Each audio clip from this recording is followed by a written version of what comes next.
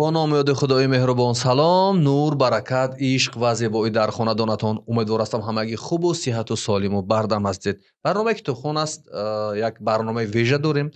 در مهمونی برنامه کتابخوان قرار دارند پروفسور دکتر ارباب علم و تکنیک تاجیکستان، عالم سرکارترین تاجیک اگر گویم خطا نمیکنیم در بخش فلسفه، زبان و حکمت و علم. استاد سید رحمان سلیمانов. استاد با برنامه خیلی خوش آمدید. تشکر که دعوت را پذیرفتید. یک تشکر ویژه به شما میگویم که نوابسته به این سن و سال وقت یافتید و برنامه کتابخوان آمدید. از نام خودم، از نام بچه‌هایی که در این تیم فعالیت میکنند اظهار تشکر میکنم. استاد بگویید که الا کسی نتون به 80 میرسد، چه حال و احوال دارید؟ همچون یک عالم، یک محقق، یک دانشمند و زندگی رو در شهر دوشنبه چگونه پس سر میکنید؟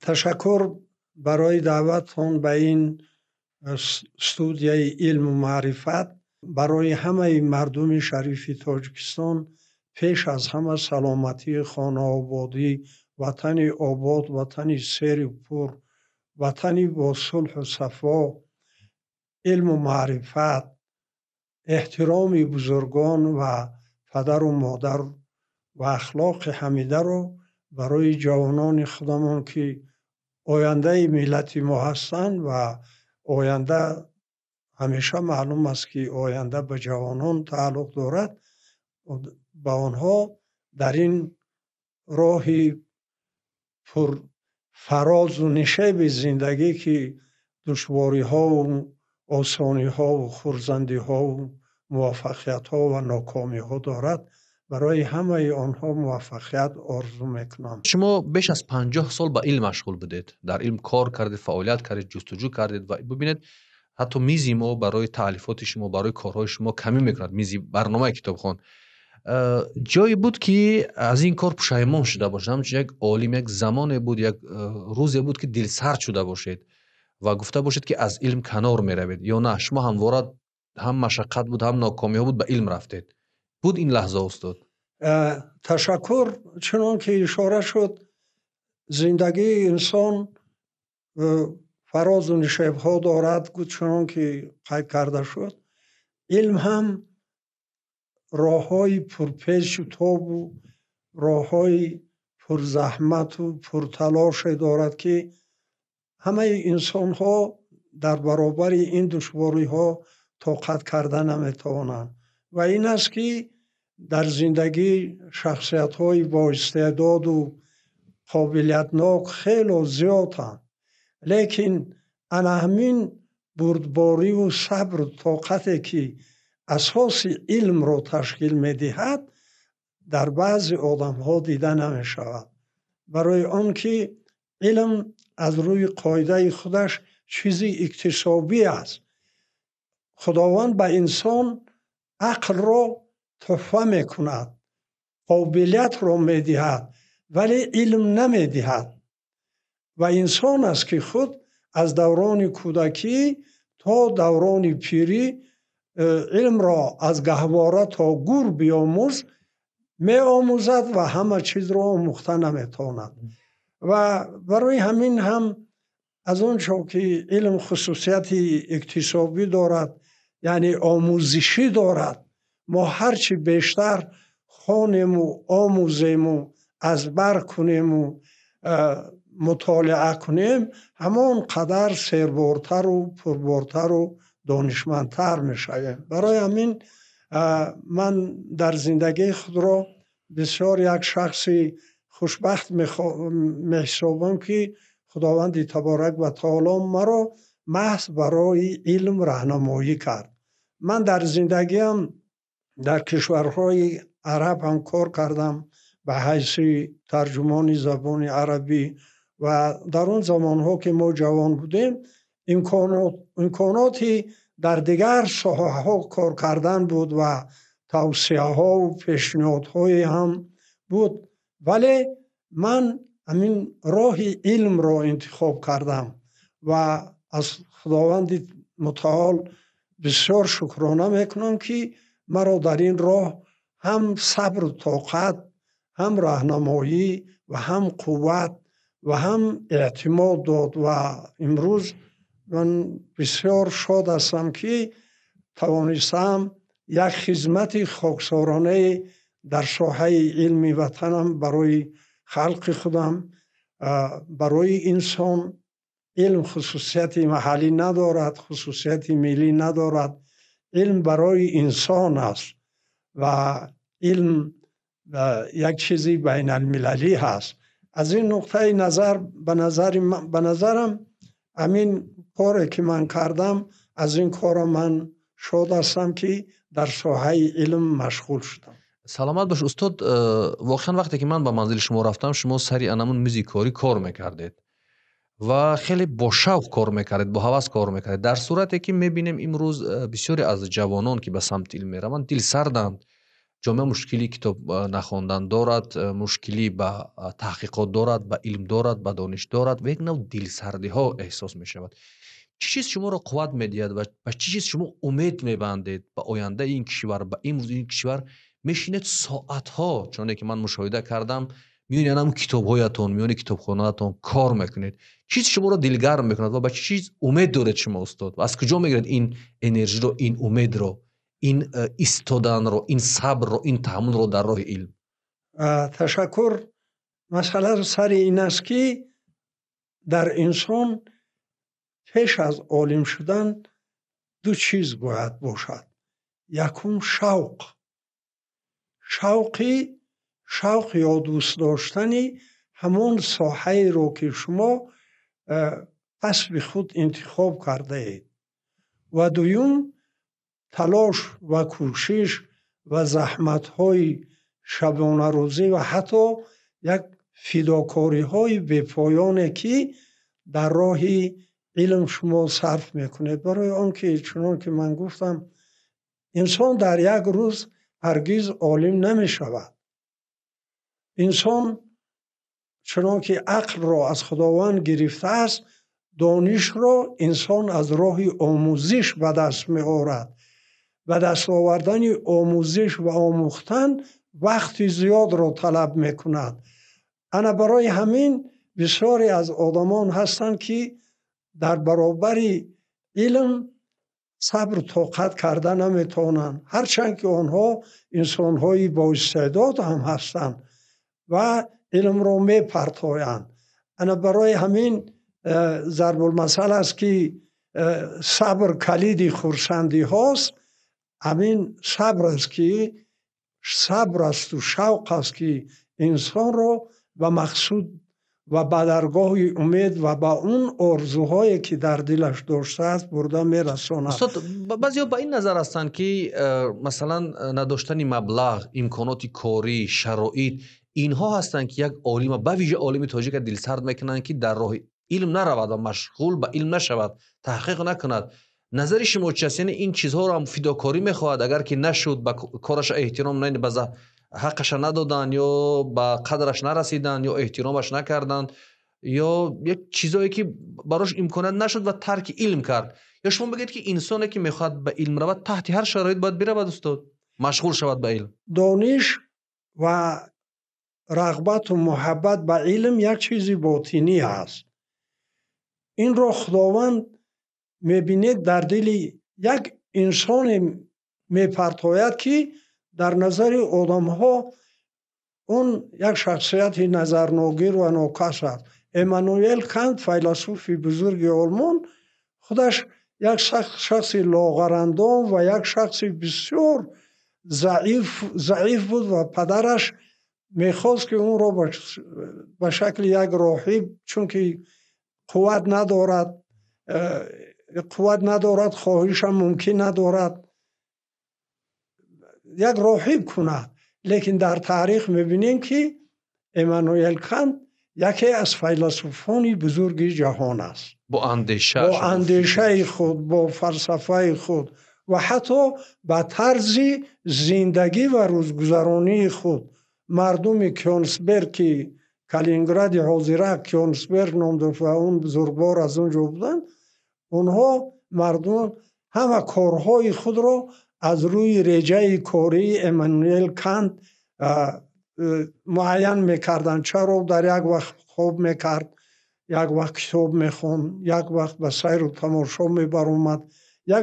یک انسانی هدفمند در ساحه علم با وجود انا همون لاغری بدن و اندام خود به بسیار قله‌های بزرگ علم رسید. یعنی که در انسان پیش از همه اصرار، رغبت و شوق و انا همون صبر و تحمل در راه علم البته به مقصدهای مرغوب میرساند. هرچند که در پیشرفت علم عامل‌های دیگر هم بسیار ضرور است.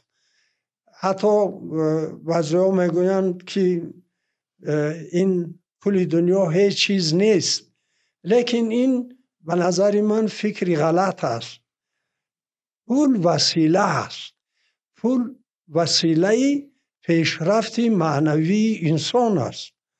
اگر کتاب‌های فرض کردیم ما و شما نویسیم و اونها چاپ نشوند، دسترس خوانندگان نشوند، ارزان نباشند، دسترس نباشند، چگونه مردم میتوانند که به میراث گذشته خودمون دست یابند یا که دانند؟ درست. یعنی که انا همین جنبه مالی هم در شکل درستش برای پیشرفت علم در تاریخ علم نقش بسیار باسزا بازیده است. یک کلمه گفتید هدف.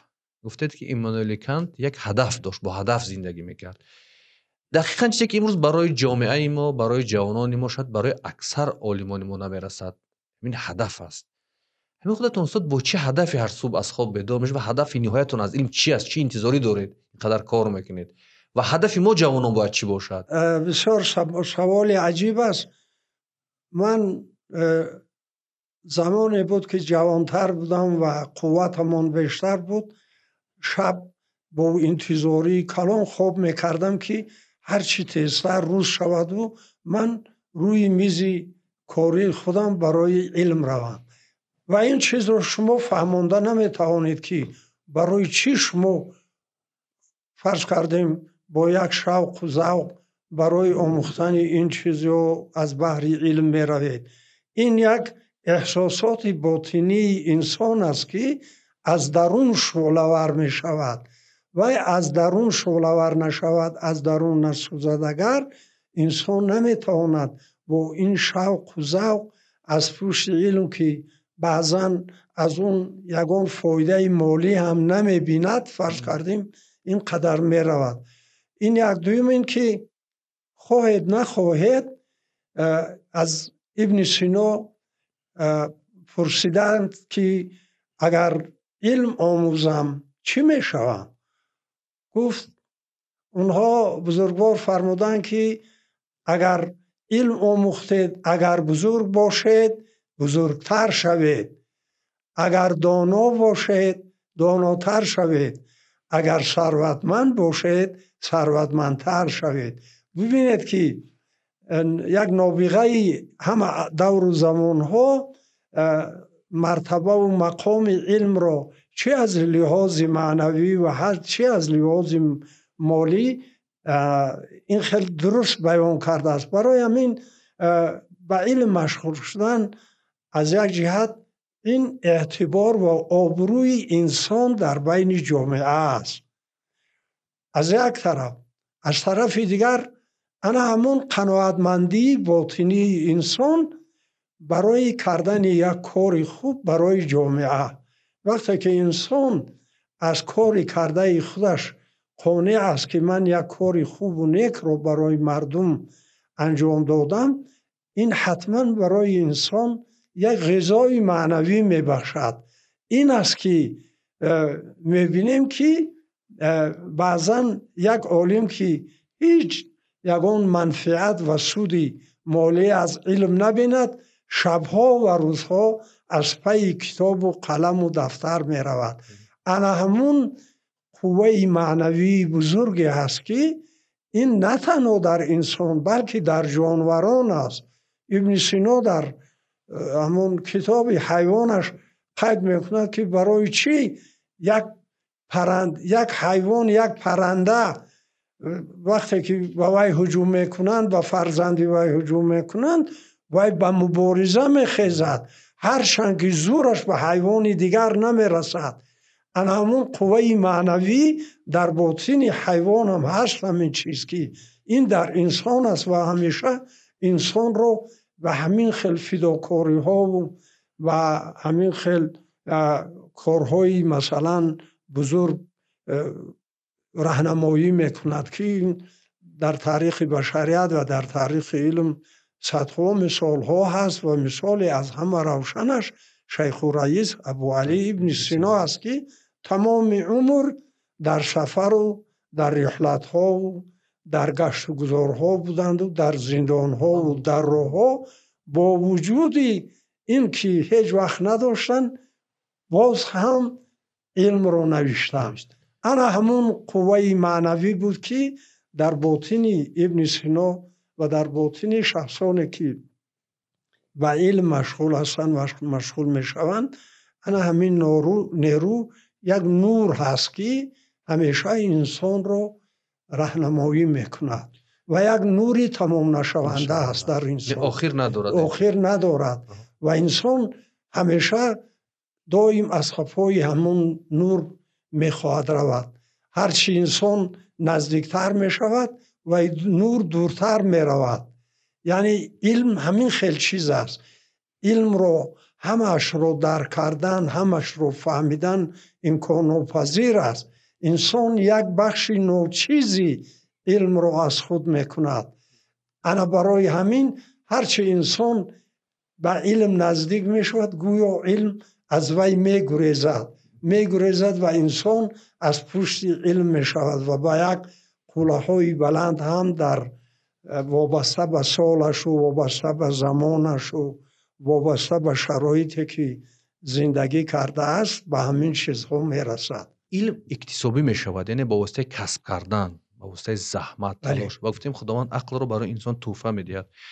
ولی شما در اینجا گفتید یک چیز دیگر که اون اگر از داخل شکوفایی و به شوق و به هوس نباشد و نرود، نمیتوند به یک جای بیاد برسد و در علم استوار بماند. در علم همین شوق، همین هوس، همین چیز اینه به حرکت میارد. کدام عامل‌های هستند که یک انسان، یک جوان، یک دانشجو را، یک نفری که میخواد به سمت علم برود، اگر همین کارها را انجام بده تا جای اینه به حرکت میارد، به تلاش میارد، به سمت علم میبرد و استوار میکنه. این کدام عامل‌ها میتواند استاد باشد؟ ابن سینا یک سوال همین خیلی پیش آمده است که اگر به یک شخص فاضل، خیرتمند، یک مفهوم یا یک موضوع بسیار مشکلی الهیات شناسی پیشنهاد گردد و یک مسئله بسیار ساده که به تیزی و به یک سهل و به آسانی آن را حل میکند، شخص فاضل کدام را انتخاب میکند؟ ابن سینا در جواب میگوید که البته شخص فاضل مسئله الهیات شناسی را حل میکند، مسئله دشوار را حل میکند. علم کشادن گره حکمت زندگی است. وقتی که انسان در هر شکل، در هر ساحه علم، خواه علمهای انسانی باشد، خواه علمهای دقیق باشد، خواه علمهای طبیعت شناسی باشد، یک گره، یک حکمت زندگی رو میکشاید و احساس میکند که از آسمان برای وی کدام یک ارمغانی بزرگ به دست او رسیده است. انا همین روحیه و روح بلندی معنوی که انسان از کسب و دانستن علم میگیرد، همین کلیدی همه عامل‌های پیشرفت انسان است. وگرنه در تاریخ میدونیم که بسیار عالمانی بودن با فقر و با کمبغلی و با خواری و زاری از جهان گذشتن، ولی با وجود همین همون قوه نورانی معنوی علم که در باطن اونها بود، در همون حالت هم اونها رو دستگیری کرد. و من هم شخصا وقتی که ترجمه میکنم یک جمله رو زیبا و تاجیکی میفهمم و ترجمه میکنم، یک فکر و یک اندیشه دشواری منطقی و الهیات شناسی و طبیعی ابن سینا و دیگر دانشمندان رو به تاجیکی ترجمه میکنم، من خودم کاملا خود رو یک احساسی روح بلندی میکنم، یک احساسی مثلا طبعم خوش میشود، گویا که قوتم زیاد میشود و مهرم به علم باز هم بیشتر میگردد. انا همین قوه معنویه که من گفتم از یک طرف برای خود انسان باطناً میشود و دوم وقتی که انسان یک گره زندگی رو که اون علم است اون رو میکشاید، همین عامل اساسی پیشرفت انسان و در آینده مشغول شدن به علم که باز هم چیزی نوتر، باز هم نوتر، باز هم نوتر و میبینید که عمر به آخر رسید ولی اون چیزها همه به انتها است.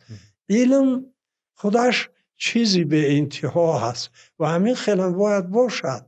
اگر علم آخر و نقطه می داشت انسان و این روز و با اون روز نمی رسید.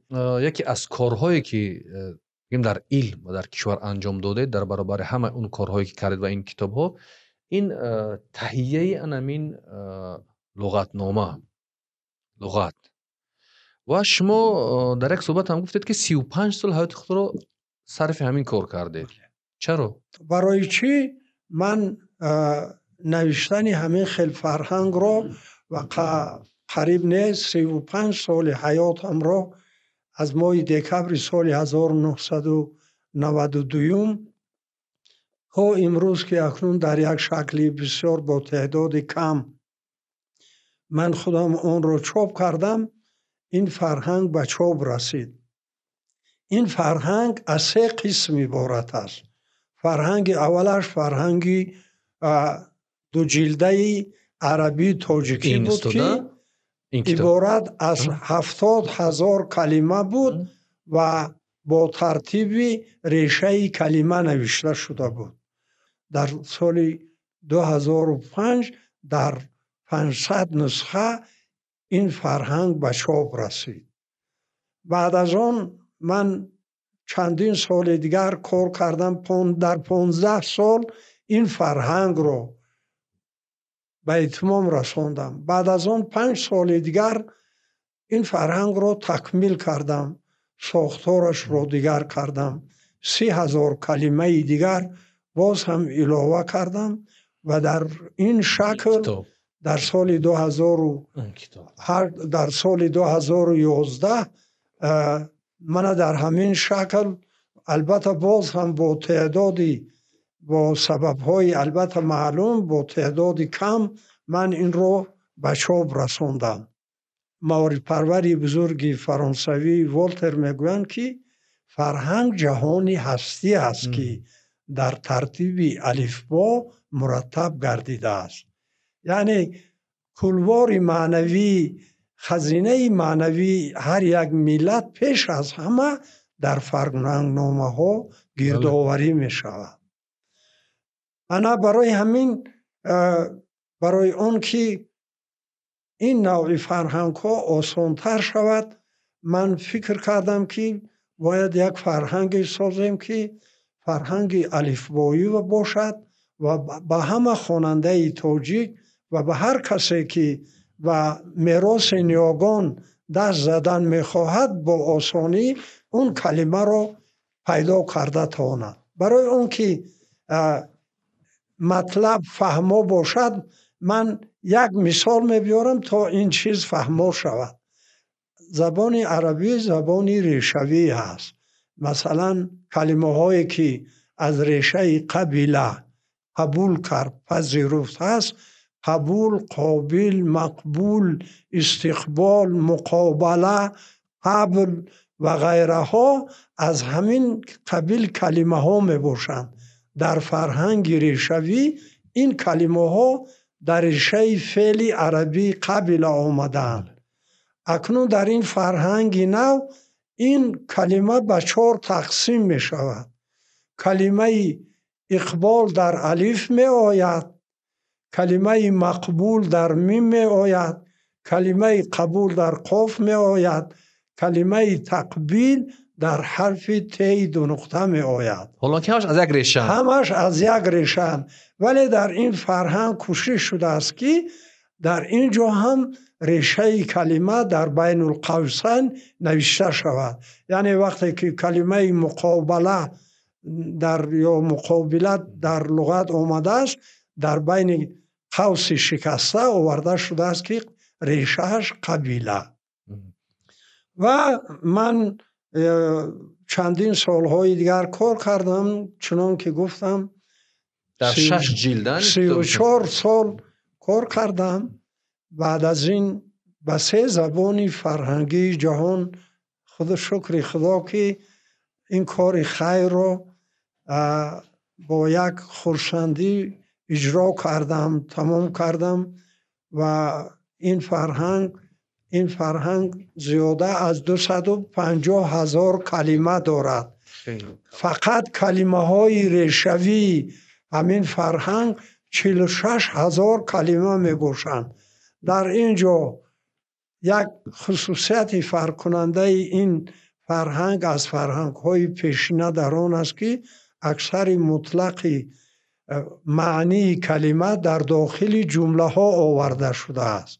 مثلا فعل عربی ضرب کوفتن، یعنی در اینجا 62 معنا دارد و در داخل 62 جمله آورده شده است. این برای چی است؟ برای آن که معنای کلمه، تابیش معنایی کلمه همیشه در داخل جمله نمایان می شود.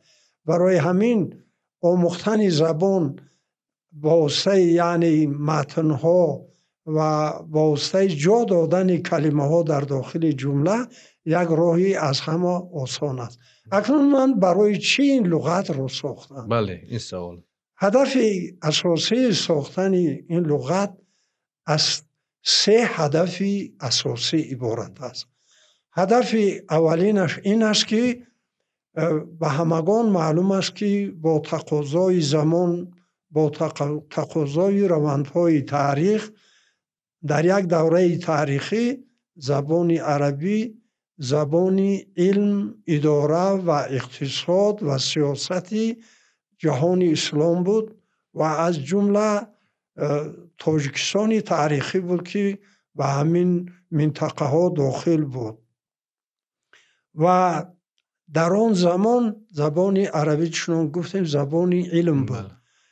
همین بیلینگویزم، دو زبانگی در تاریخ بشریت یک پدیده بسیار مشهور است.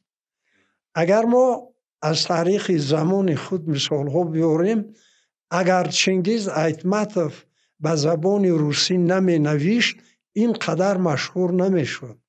رسول غمزاتوف اگر آثار خود را هم بر زبان روسی نمی نوشت، اگر البته وی همین خیل شاعری بزرگ و جهانی نمی شد. و با تقاضای زمان هم من ابن سینا در همان دوران که زبان عربی زبان علم و فلسفه و اداره دولت و اقتصاد بود، این زبان رو از عرب ها هم بیشتر از خود کرده قریب 80% آثارش رو به عربی نویست.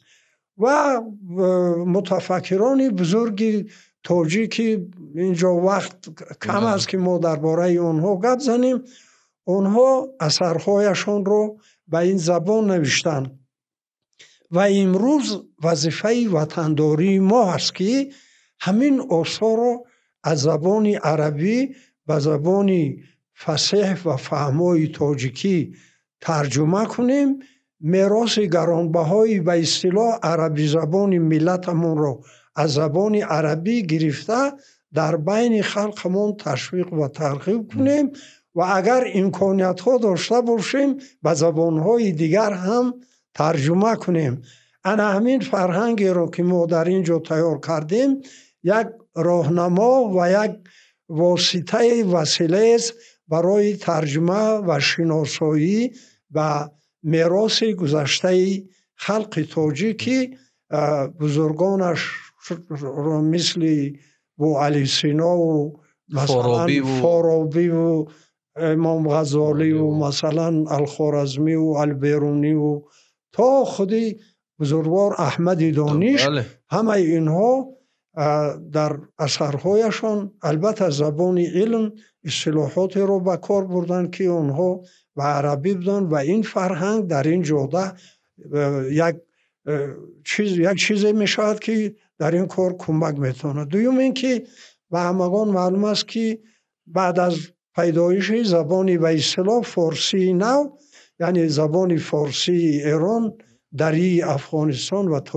تاجیکستان که از یک ریشه و کنده منشأ میگیرند، در ضمن این زبان اکنون در این زبان عدد خیلی زیادی کلمه های عربی موجود است که آنها در خون و پوست زبان ما در آمدند و امروز از وظیفه های بسیار تأخیر ناپذیر عرب شناسی و تاجیک شناسی ما آمیختن مقدار و صفت و مقام و مرتبه و نقش انا همین کلمه ها در پیشبرد و پیشرفت زبانی معاصر حاضره تاجیک است.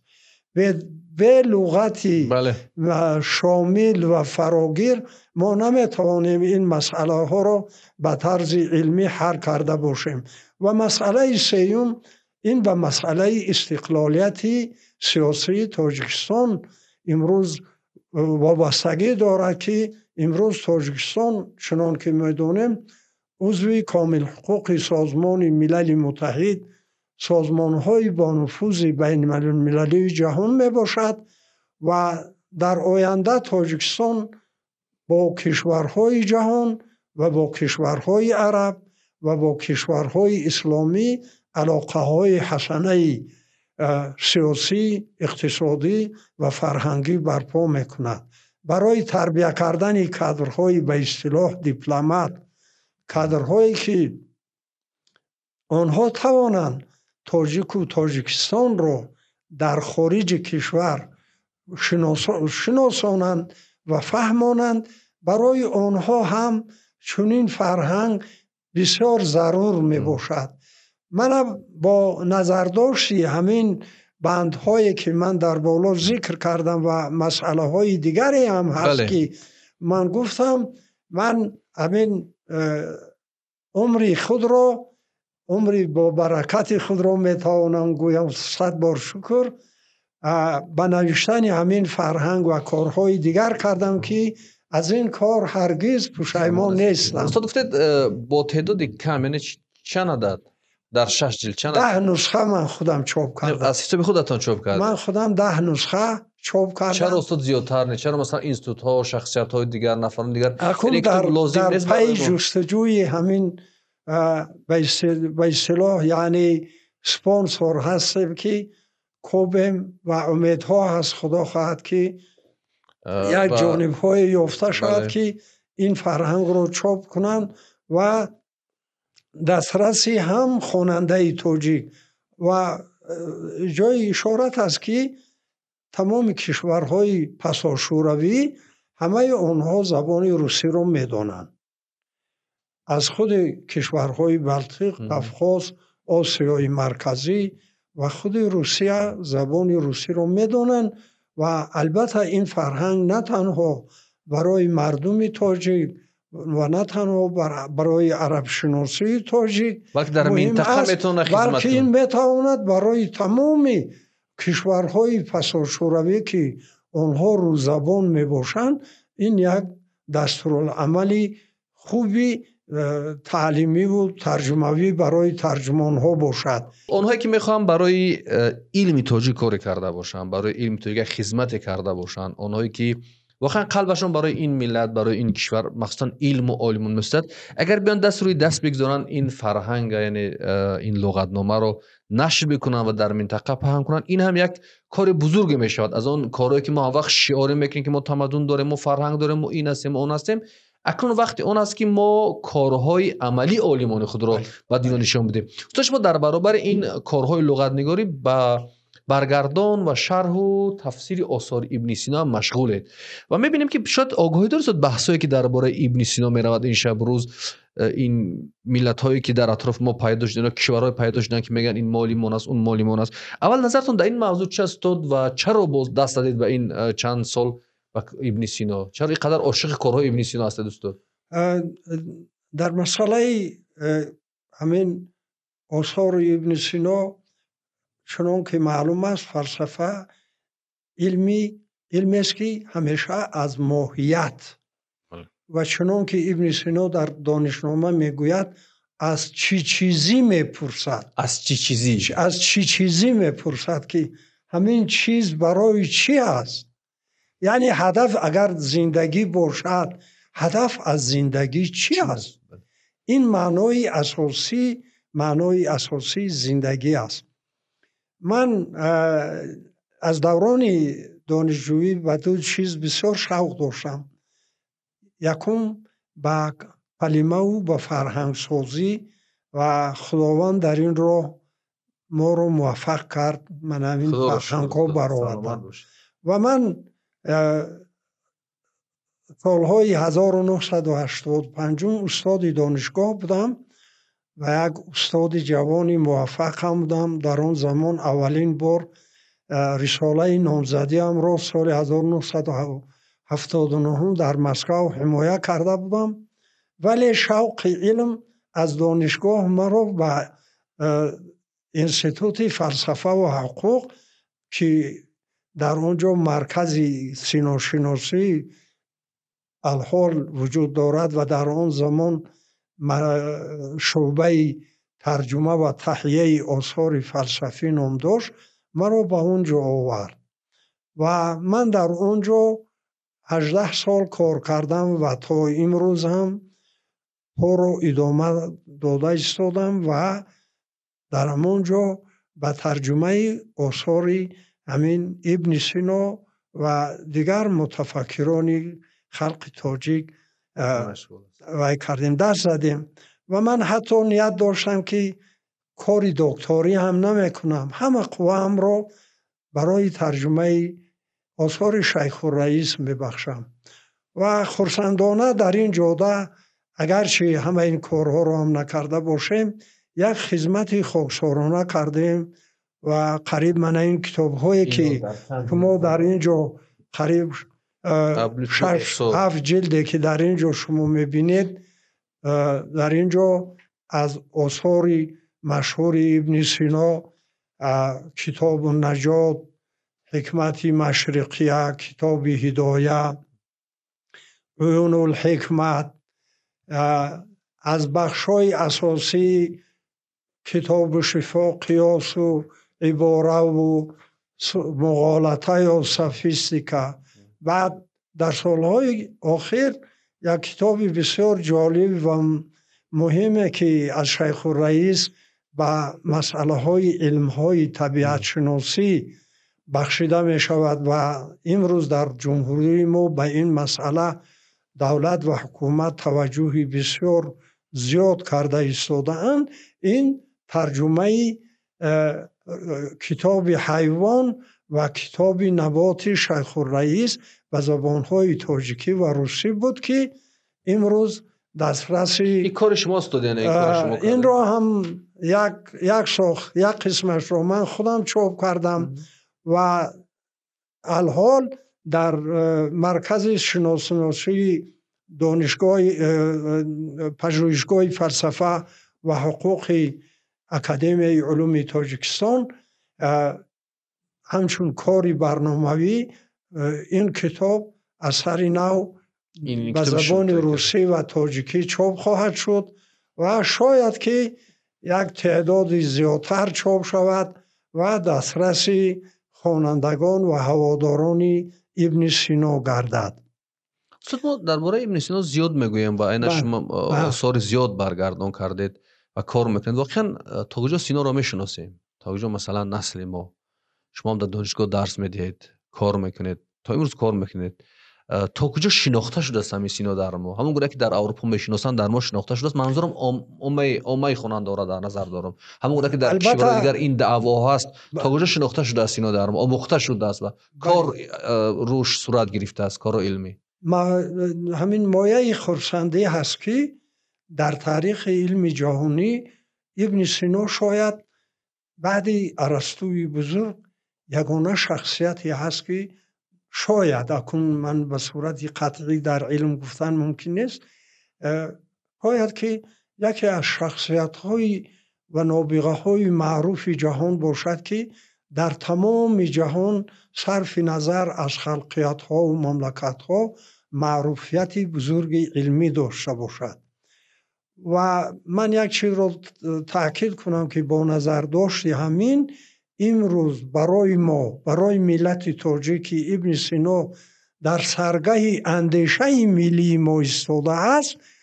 این شخصیت رو ما باید از بر و گز، از بالا و از پایان، از همه جا باید سخت مستحکم بداریم و آثار بزرگ این را هم به زبان مادریمون و هم به زبانهای دیگر امکان باشد ترجمه کرده و تشویق کنیم. مثلا سر این است که از قدیم الایام یکی از خصوصیت‌های اساسی علم ترغیب و تشویق علم است. علم اگر ترغیب و تشویق نشود، کتاب‌ها چاپ نشوند، دسترس خواننده نشوند، چگونه قند را نچشیده از کجا ما شیرینی آن را میدانیم؟ علم هم همین خیل است. اگر ما ابن سینا رو نخوانده، آثارش رو از خود نکرده، آثارش رو ترغیب و تشویق نکنیم، چگونه ابن سینا رو میشناسیم؟ برای مثال ابن سینا در اروپا در عصر 12 معلوم بود.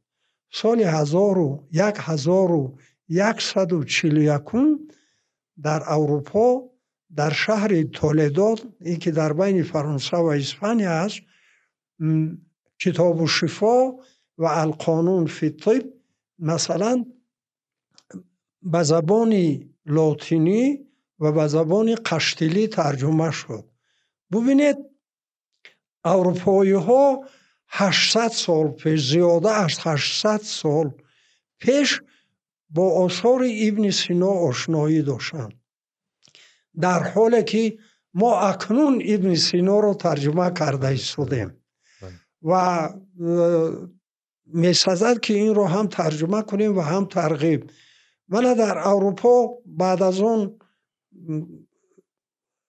مشهور شد. یک مثال می‌برم که در عصر 15 وقتی که ماشین‌های چاپی برآمدن، علم پیش رفت، معلوم است که جولینیوس گالن خودش یک مرد به اصطلاح اروپایی از دانشمند طبیبی بزرگ قدیم بود. در 100 سال در عصر 15 جولینیوس یک بار چاپ شده است، ولی آثار ابن سینا 5 بار چاپ شده است. ببینید محبوبیت ابن سینا در اروپا چگونه بود. یعنی القانون فی طبش یا القانونش تا عصر 18 کتاب روی میزی هر یک طبیب اروپایی بود. در زیر تاثیر فلسفه ابن سینا در اروپای غربی فیلسوفان بزرگ از سپینوزا و فوما اکوینس که مثلا روجر بیکون و دیگرها شخصیت‌های بودن که آنها ترغیبگر آثار ابن سینا بودن و در همون زمان اون رو میشناختن و امروز هم کلمه اویتسینا و هیچ خیل حجت، دلیل و برهان نیاز ندارد. همین که اویتسینا گفته شد یعنی یک سخن علمی و برهانی گفته شده است. از این نقطه نظر ابن سینا امروز برای جامعه تاجیکستان، برای ما پیش از همه این یک فخر ملی هست. این یک میراث معنوی و فرهنگی ملت ما هست که این ملت باید این را صاحب شود، این را ترغیب کند، تشویق کند، به جهانیان شناساند که این شخصیت در دایره و در در زمان دودمان سامانیان این زاده و پرورده دوره سامانیان و یکی از اساسگزاران زبان علم و فلسفه تاجیک است. امروز وقتی که ما نام فلسفه را میگیریم شاید برای بعضی نفرد، برای بعضی خوشایند نباشد، من مردم عوام در نظر دارم، ولی چی شد که در اون دوره، در اون زمان سامانیان، عاملش چی بود که این علم و دانش و اینقدر پیش رفت؟ این شخصیت های مثل سینا و بیرونی و فارابی اینا با میدان آمدند و یک انقلاب علمی صورت گرفت. همین عاملش چی بود استاد؟ عامل اساسی فکر محقق شما با خودتون زبان عربی را میدونید، به سرچشمه و دسترسی داشتید، خواندید. بله، بحث زیاد است در این موضوع. چی بود عاملش؟ در واقع اگر تاریخ اسلام و از جمله تاریخ فلسفه و علم رو ما در محدوده قرنهای 8 تا 13 گیریم، اگر کشفیات با این معنی که امروز فهمیده می شود موجود باشد، فقط در محدوده علامین علم و فرهنگ و فلسفه اسلامی بود که از آن جمله دولت اسلامی دولت‌های نسبتاً خردی مستقل داشت که در آنها علم و فرهنگ در درجه خیلی بالا رفته بود. عاملش چی بود استاد؟ عاملش البته عرب ها وقتی که یک مردمی به اصطلاح کوچنشین به سر حاکمیت آمدن و دیدن که خلقهای دیگری که در زیر اطاعت آنها هستند درجه علمی آنها از آنها بالاتر هست، شاید یک ننگ و ناموس و یک خواهش دولت و دولتداری در آنها غلبه کرد و آنها چون که میبینیم در ابتدا به علم و دانش بسیار رغبت زیاد توجه کردند. مثلا یک خلیفه مشهور بود با نام المأمون و بیت الحکمه بغداد رو تشکیل کرد. یک اکادمی علمی ترجمان ها بود و در آنجا عجیبش همین بود که پرزیدنت اکادمی شخصی مسیحی بود، حنین ابن اسحاق، یک ترجمان مشهور عصر میانه که همراه پسرش و گروه خویشاوندان حتی و شناسان خود اثرهای زیادی فلسفی و علمی رو اول از زبان یونانی به زبان سوریانی که زبان مادریش بود و بعد از آن از زبان سوریانی به عربی و بعد از یونانی به عربی ترجمه کردند و انا همین چیز قریب 100 سال دوام کرد. وقتی که فیلسوفان اسلامی به میدان آمدن، الفارابی، ابن سینا، الکندی و اونها، این فلسفه در ابتدا خیلی مغلق و ضعیف ترجمه شده بود. خدمت بزرگ انا همین فیلسوفان از این عبارت بود که آنها به حیث شارحان آثار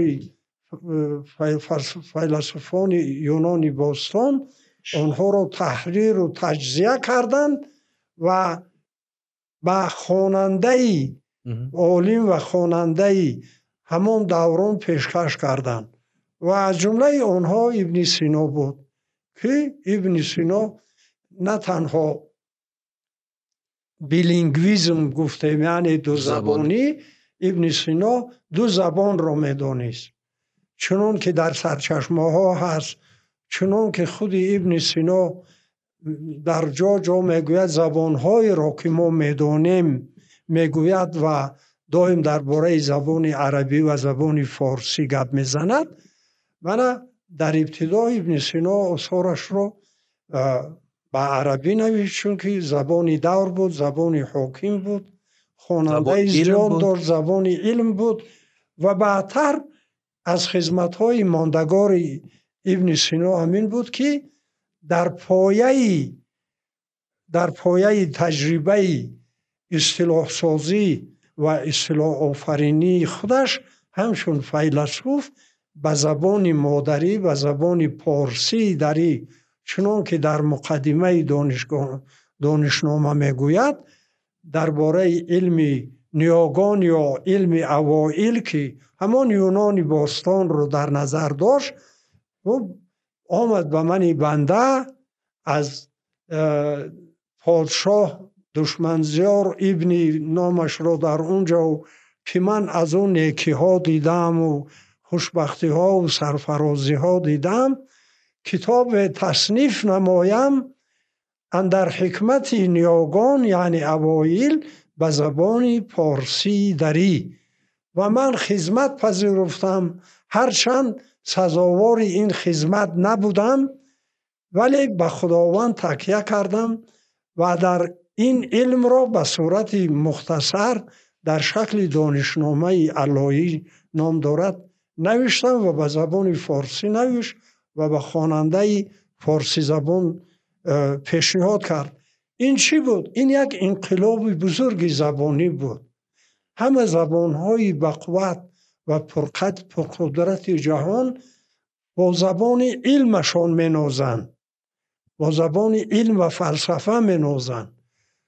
عربی برای چی اینقدر عصرهای میانه مشهور شد؟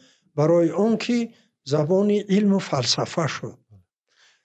در برابر همین خدمت‌های ابن سینا همین است که در برابر زبان عربی هم زبان فارسی تاجیکی را هم به زبان علم و فلسفه تبدیل داد، هم به خواننده فارسی زبان علم و فلسفه را پیشنهاد کرد و برای آینده زبان علم تاجیک راهی وسیع گشاد که بعد از ابن سینا میبینیم بزرگانی چون ناصر خسروی قبادیانی، عمر خیام، قطب الدین شیرازی، فرض کردیم انا افضلالدین کاشانی و غیرها برآمدن که اونها هم همان اصطلاحات را به کار بردن که ابن سینا اساساً در دانشنامه استفاده کرده است.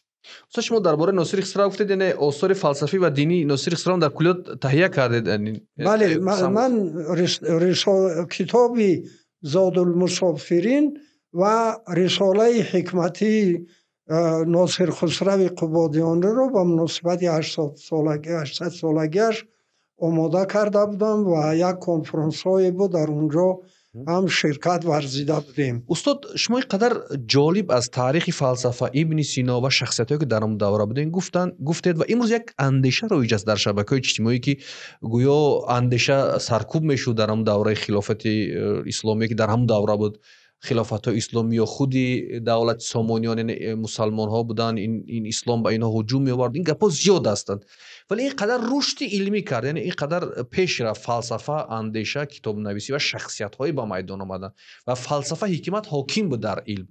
اندیشتون در همین موضوع که سرکوب میشد این فیلسوفان و دانشمندان این چیز. و دوم سوال من این است که چرا در امروز ما از فلسفه بهره نمیگیریم؟ چرا فلسفه حکمت در جامعه ما حاکم نیست، در علم ما حاکم نیست؟ علت چه در چی میبینید؟ این دوم سوال است. البته جواب به این سوال وقتی زیاد رو میخواهد و شرایط های زیاد رو میخواهد. مثلا این فکر نادرست است که در اون زمان یعنی شرایط و امکانات مشغولیت به علم نبود. اگر امکانات نمیشد علم با وجود نمی آمد. به این درجه نمی تاریخ میخوندیم. ما اگر ترجمه حال شیخ الرئیس رو خونیم، حتی از دوره کودکیش خونیم، از 5 سالگیش در افشنه و مثلا در خرمیسن، ابن سینا تا 10 سالگیش علم فقه را از خود کرده، قرآن را از یاد کرده بود و استادش هم در این جاده اساساً پدرش بود.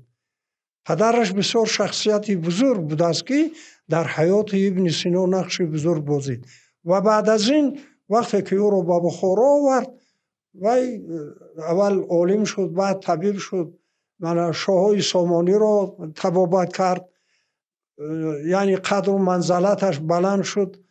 همین خیلی منزلتش بلند شد که دیگر ابن سینا رو در خانهش یافته نمیشد. ولی در تمام عمر چنان که حیات اون رو اگر ما ورق زده بینیم در محدوده یمین زبان فارسی و فرهنگ فارسی زبانان و همیشه در سفر و کارهای سفری مشغول بود است. یعنی سرکوب نمیشد استاد، یعنی این درجه که البته چیزهایی بود در اون زمان که با زمان موافق نبودن، اونها سرکوب میشدن. این یک چیزی طبیعی در همه دور و زمان است. لیکن امکانات علمی در این جای شک نیست که خوب بودن که چون این شخصیت های بزرگ با وجود آمدن، آثار با وجود آمدن، شخصیت های نه تنها در ساحه فلسفه، رودکی بزرگ با وجود آمد، فردوسی با وجود آمد، بعدتر من حضرت مولانا با وجود آمد. یعنی در همون محیطی که اونها زندگی میکردن، شرایط کار و زندگی اونها برای پیشرفت علمی و معنوی اونها خیلی موافق بود. یعنی وقتی ما میخونیم فردوسی اینقدر آزاداندیش، مولانا اینقدر آزاداندیش، رودکی اینقدر آزاد، یعنی وقتی که ترس نیست، هراس نیست، امکانیت هست، علم قدر میشود، دانش قدر میشود، بعد این گونه آثار و این گونه شخصیت و این گونه علما با وجود میاد. اونهایی که همواره زیر انتقاد میگیرن گفت در اون دوره این خیلی بود و اون خیلی بود و عقیده های عصری میانگی بود، عقیده های کهنه بود، وقتی شما میاد با آثار اینها مشغول بشید، آثار اینها را مطالعه میکنید، میگید یک دوره طلایی بود. از نگاه من یک دوره طلایی بود. یک سخن 360 پهلو دارد. هر یک پدیده و یک حادثه رو هر کس از دیدگاه خودش شرح و بیان میکنه.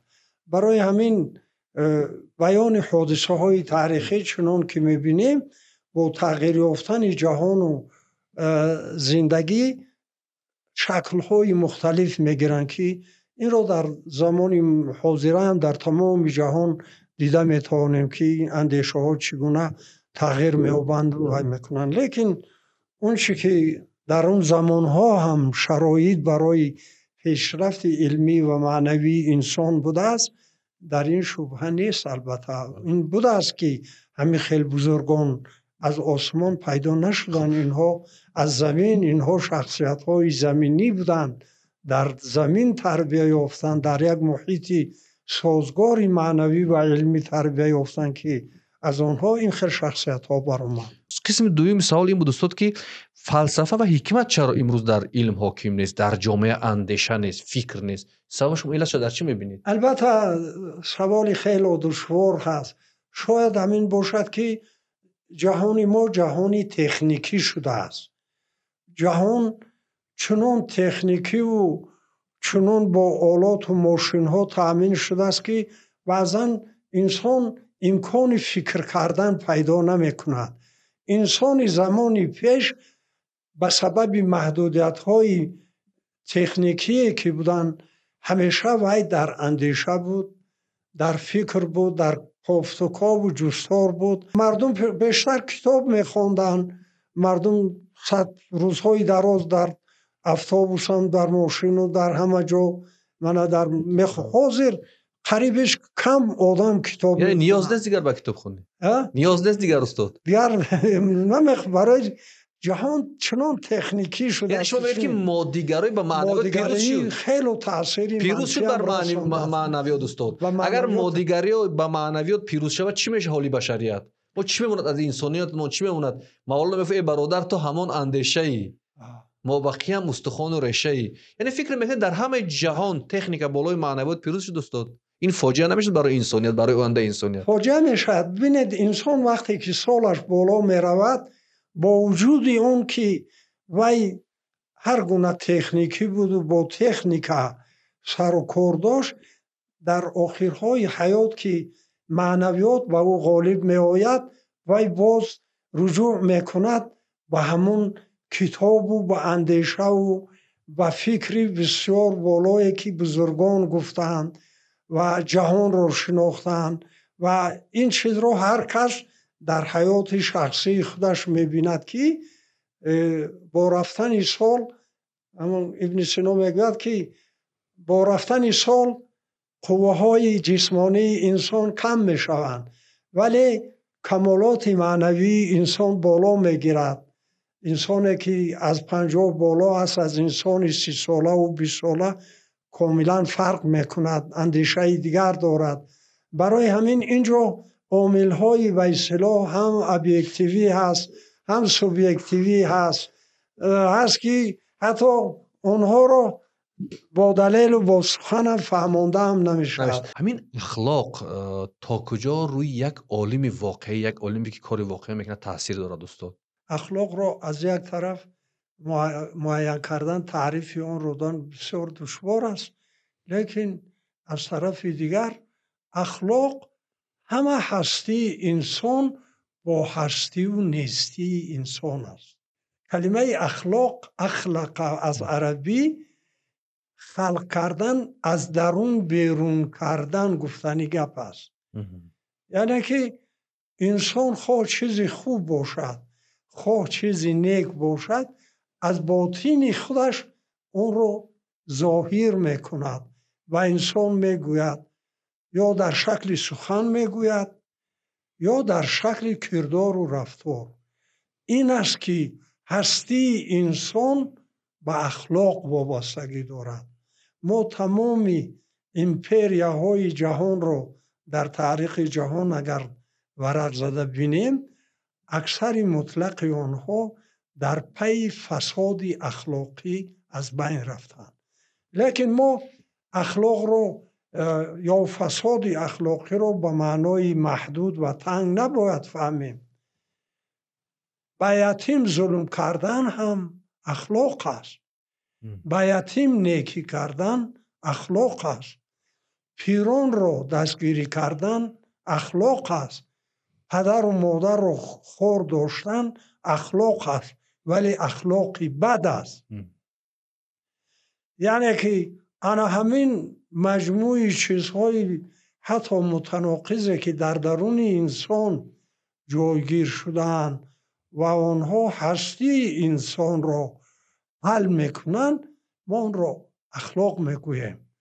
و همین اخلاق که فاسد یا فساد شد، میبینیم که جامعه به فسادی روبرو میشود. انا برای همین در زمان ما، حتی در زمان شوروی و در فرهنگ ما، در فرهنگ ملت تاجیک، دو مفهومی بسیار عجایب بود که امروز فردا و در آینده هم این دو کلمه از ورد زبان ما بیرونه. تعلیم، تربیه.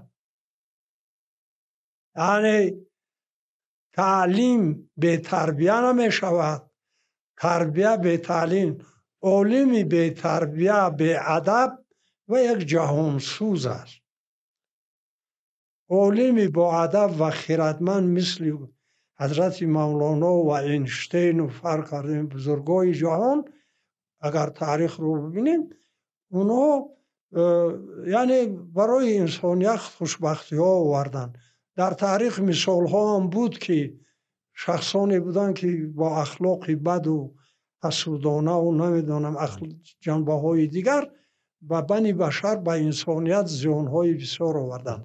برای همین مسئله اخلاق امروز هم برای جامعه امروزه تاجیکستان، برای تربیه نسل نورس ما بسیار مهم است. استاد واقعا 4-5 نفری که همسین و سال شما بودن در این برنامه دادن اشتراک کردن، همزمان در دانشگاه ها درس میدن، یعنی چند نسل درس دادن. یک نگرانی های خیلی عجیب دارن، یک نگرانی های وهمناک دارن از آینده جوانان، مخصوصا از دانشگاه و دانشجویان، از وضع معارف، و اونها یک تهدید بیسوادی را احساس میکنن برای نسل نو، نسل امروز. همین نگرانی همین عالما تا کجا استاد واقعیت داره؟ شما هم در دانشگاه درس میدید، واقعا وضع دانشجوی تاجیک امروز چگونه است؟ با مطالعه، با کتاب، با علم، با دانش. میخواستم خیلی صادقانه و آشکارانه در این صحبتتون در چند جمله بگید استاد که چی است واقعا وضعیت. مسائل اجتماعی رو از نظر علم‌های اجتماعی باید آموخت.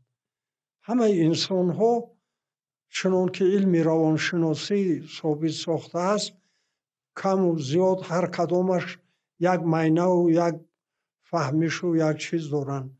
همه مسئله در سر اول در سر تربیه هست و دویم انا همین تکنیک کنونی جهان مردم رو تا حد تنبل کرده است که اونها با کتابخوانی مشغول نیستند. و از جانب دیگر در زمان ما مکتب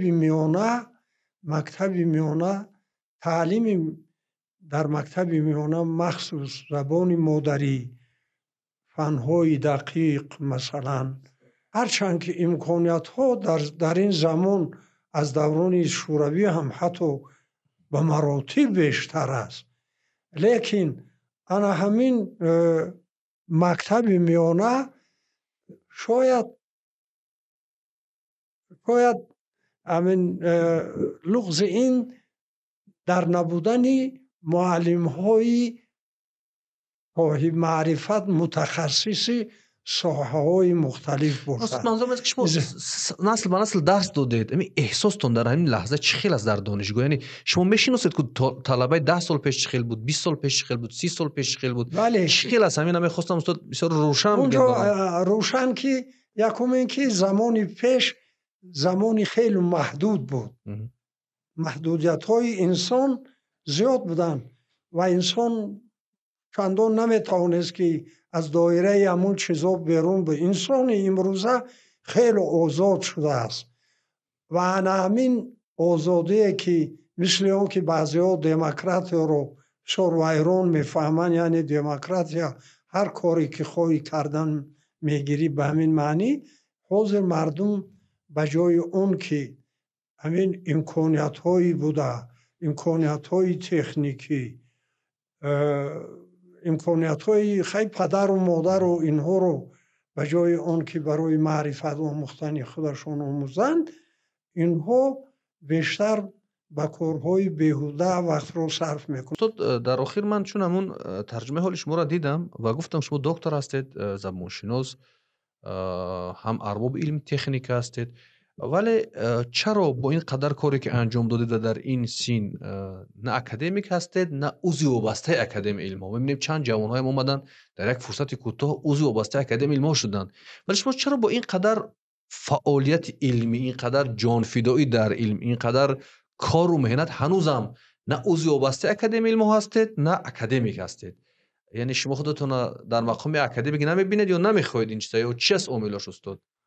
البته هر کس میخواهد وای کردن، لیکن وابسته به شرایط و همون وضعی که در ساحه علم هست و مناسبت به علم هست، من در اینجا گفته نمیتونم که برای چی فرض کردم من نمیتونید که نمیخواید بگویید و هم نمیتوانم و هم نمیخواهم گفتن مثلا. یعنی شما با این قدر کار فکر میکنید که چرا مثلا عضو وابسته نیستید؟ شما گفتید از شرایط، از امکانات، اگر شما را عضو وابسته کنن چیز کم میشه در علم، چی ضرر میبیند، چی از دست میدهیم؟ این را من به این سوال جواب دادن نمیتونم. جوان به عنوان یک نفری که میشناسم چند عالم را، واقعا تشکر میگم برای این کارش. من همین قدر است قدرت ما اومده، ما همین قدر امکانیت داریم که شما را برای این کارهایتون، برای این زحمتاتون سپاس بگیم، ولی همه چیز از قدرشناسی شروع می شود، نمونه شروع می شود.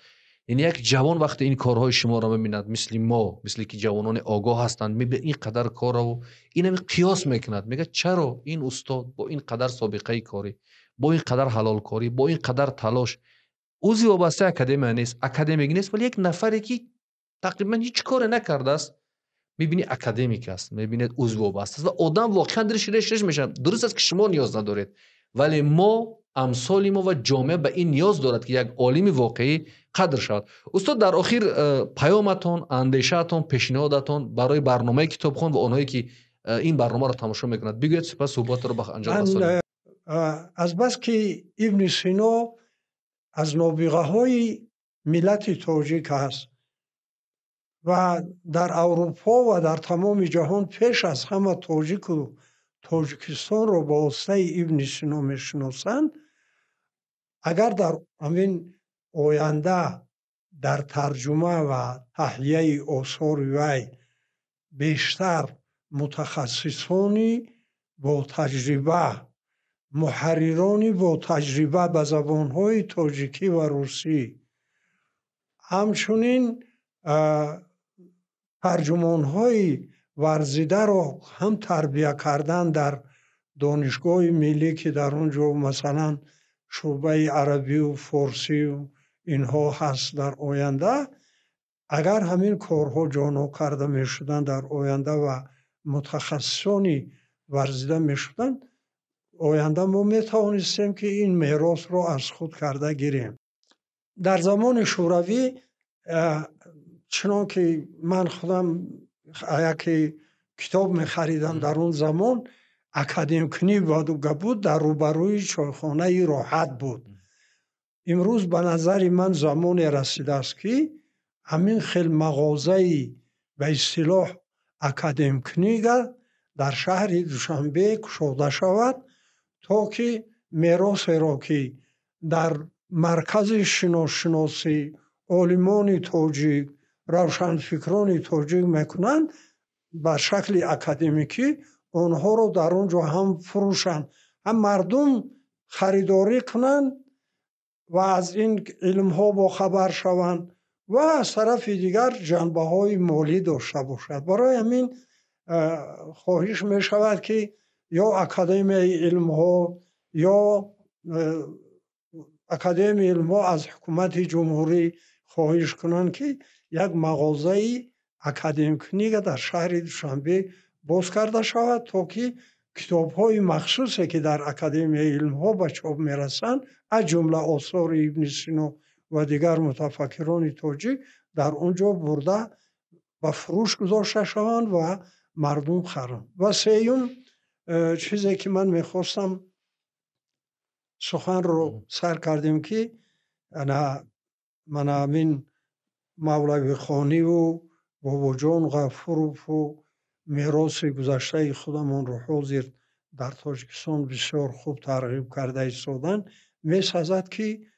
میسازد که انامون یک در مکتب های میانه در صنف 10 و 11 یک استاد بسیار با مهارتی که زبان تاجیکی رو خوب میداند دانشنامه ابن سینا رو همچون برای پرقوت کردن اندیشه فلسفی فرزندان در آینده خوانند تا که آنها وقتی که به دانشگاه می آیند از علم فلسفه، از زبان و اصطلاحات آن آگاه باشند. قدرت و عزت یک ملت، یک کشور با داشتن عالمان واقعی، عالمان حقیقی، عالمانی که تلاش میکنند، دانشمندانی که موقع دارند، حرف دارند، اندیشه دارند، قدر کرده میشوند، سخت وابستگی دارد. یعنی جایی که عالما عزت کرده میشوند، به قدر عالمانشان میرسند و عالمانی که خودشان بی‌طرف نیستند، خاموش نیستند، موقع دارند، چاپ میکنند، نابسته به هر شرایط کتاب تهیه میکنند، در فکر ملت و اندیشه ملی هستند، اون ملت برد میکند، پیشرفت میشد و قدرتمند میشود.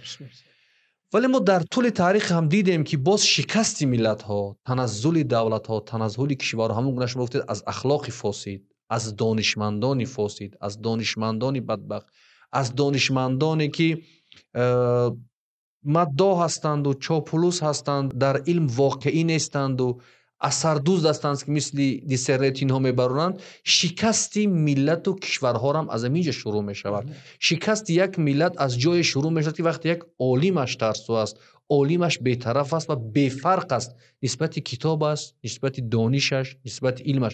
وقتی که میگویند در جامعه که عالمان و دانشمندان و به قول زیایی و روشن فکرش بی‌طرفی را اختیار میکند، خاموشی را اختیار میکند و با علم جدی مشغول نمی شود، علمش دزدی است، حرف خالی است، واقعی و واقع بین نیست، میگن این ملت آینده خوب ندارد، این ملت پیشرفت کردن نمیتواند و این ملت قدرتمند نمی شود. همون گونه که بیدل میگوید عالم معنی شدیم و داغ جهل از ما نرفت. عالم معنی شدیم و داغ جهل از ما نرفت، کرد بیدل علم‌های به عمل ما رو خراب. کرد بیدل علم‌های به عمل ما رو خراب. علم به عمل زنبوری به اصل. بله، واقعا اگر олимоне ки амалгаро набошанд ва дар амал ин гуна корҳоро анҷом надиҳанд, ин моро хароб мекунад, ин моро байнистӣ мебарад ва наметавонад шукуфоӣ, пешрафт ва қудрати як кишварро дар оянда таъмин бикунад. устод бори дигар ташаккур ба барномаи Китобхон хуш омадед ва умедвор ҳастам ки устод бори дигар меҳмони барномаи Китобхон мешаванд ва мо дар мавзӯъҳои мухталиф бо устод суҳбат хоҳем кард. ин барномаи Китобхон буд. то барномаҳои оянда дар ҳифзу паноҳи худо бошед. саломат бошед. барои шумо ва барои барномаи Китобхон пеш аз ҳама китобхониро орзу дорам ки мардуми мо ҳарчи бештар китоб хонанд, ҳарчи бештар китоб хонанд, ҳамон қадар бо маърифату бойтар мегарданд. саломат бошед. ташаккури зиёд барои даъват ба ин барномаи бисёр шавқангез ва барномаи бисёр аҷиб ки барои ман як мояи фахру ифтихор аст. саломат бошед. саломат бошед устод.